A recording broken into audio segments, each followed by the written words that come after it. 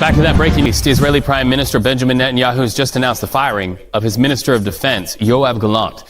We just got a response from the Gallant's office saying the security of the state of Israel always was and will always remain my life's mission, close quote. That is from Yoav Gallant's office. Minister Katz has now been appointed in his place. CBS News senior foreign correspondent Holly Williams is here for more. Holly, walk us through the importance, the significance of this. We've heard Yoav Gallant's name mentioned many, many times. Now he's out. Hey there, Reed. Well, this move by Israel's Prime Minister Benjamin Netanyahu certainly does not come as a total surprise. There has been speculation that this could happen for months here. Netanyahu's relationship with the now former Defense Minister Yoav Gallant has long been difficult, and during the Israel-Hamas war, they have been at odds over this country's goals. In recent months, Israeli media has reported that Gallant called Netanyahu's stated goal of total victory over Hamas nonsense, and even wrote to Netanyahu saying the war was being waged, quote, without a compass. Now, Prime Minister Netanyahu leads a complicated and sometimes fractious coalition government. Firing Gallant may be helpful in that respect, but will anger many others here in Israel, especially those who accuse the government of not doing enough to bring the remaining hostages home from Gaza. In a statement, Prime Minister Netanyahu said that trust had broken down between the two men. Gallant has been replaced by Israel Katz, who is already a member of the cabinet. Reed. Holly Williams, thank you so much for that live report. This could have far-reaching implications in Israel's war in Gaza and also its offensive in Lebanon. Thank you very much for that. Oh, it absolutely will have far-reaching implications. It's real unfortunate that they're letting Netanyahu do this. He needs to be reined in immediately. They need to let him know how this shit is going to go and not how he wants it to go. We have a lot of interest here, and we need to get involved. But the reason that he announced this shit today is it's election day in the United States, and he's making a big move. By replacing his defense secretary on election day on the United States, he's just getting ready for whoever wins. I don't think he give a damn, because the United States, has its way of going with Israel no matter what. Our best chance would probably be Trump, having his own idea, hopefully, or whatever. But Kamala isn't going to change anything. She is a part of this administration, and that's why he feels comfortable doing what he's about to do. Even if Trump wins, he's still got until the middle of January before he even has to worry about dealing with that administration. Kamala Harris and Joe Biden will still be the administration up until that point. So it doesn't end today. And he's aware of that as well. But gosh, it's just such a bad look. The more educated we get and the more our technology gets, the less primitive we get. We're still hitting each other over the head with clubs. It just doesn't make any sense. Do you think we better figure this shit out by now? But back to the election, which is why Netanyahu did what he did today, because he's trying to make sure that what he did isn't seen. All right, y'all seen it. We'll deal with that later. This election here is monumental, you guys. If you ain't voted, get your ass up and go vote. And if you ain't gonna vote, then don't vote. And you good too. Because that's a vote. That's a choice. That's a decision. I get it. And I don't mean you gotta go vote. But if you do vote and you want to vote and you just like middle of the road, think about it a little harder and go vote, or don't vote. But know why you're not voting. Don't vote on purpose if you're not voting. And damn sure don't go for none of that bullshit that Kamala Harris was selling all the way up to this. It is so fucking disrespectful to first off come out the gate expecting the black vote. Just know you got it in your pocket. And when the polls and the truth started coming out, 3 weeks out, you start pandering to black men. That's the dumbest shit in the world. The dumbest. I hated that shit. And then some black men, you swayed and wooed. But I'm going to tell you guys something. I believe that the people who are locked in were locked in. I haven't had no conversations with anybody and changed their mind, and they damn sure ain't changed mine. So it is what it is. But Kamala Harris was just disrespectful toward black men. And then she goes into the DNC after, being announced. Shortly after, they turned right to the DNC. And she didn't allow those Palestinians to get up there and speak. They have family dying over there. And they aren't the terrorists. They aren't the folks over there who are making all that violence happen. And they want to get up there and advocate for their people and for the end of this war. And they weren't allowed that chance. That's a huge, huge blow to a presidential candidate. And I think the biggest thing that's going to harm Kamala Harris is that she just keeps walking on down the street like ain't nothing happened.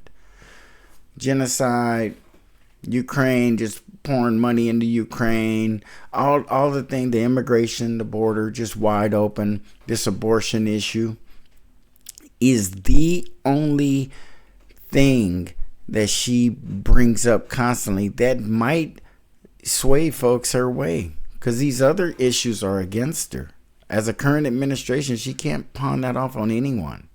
It's just such a very, not terrible, because to be alive it's such of a difficult thing to be negative when you're alive about something like this. It's actually exciting, regardless of who wins. We got to roll with it, but it does give us an opportunity to do different than we did before. For those of you who are locked in now who never have been before, don't get unlocked. Stay locked in, and you'll really see how this bullshit go down in a lot of cases when most of us aren't really tuned in. There are people paying attention to this video who ordinarily wouldn't be. And if that's you, first subscribe and then start paying attention. And we have a lot of conversation here about that kind of stuff.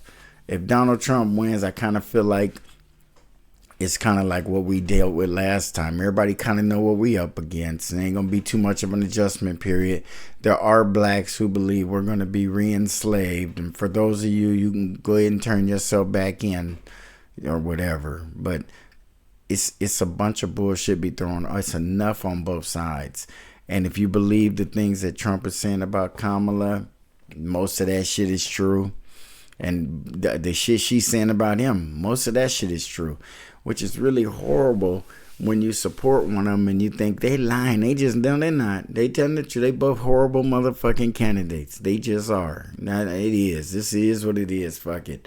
But it ain't the less of few, two evils, and they fuck that. It ain't none of that shit. These are horrible candidates, you guys.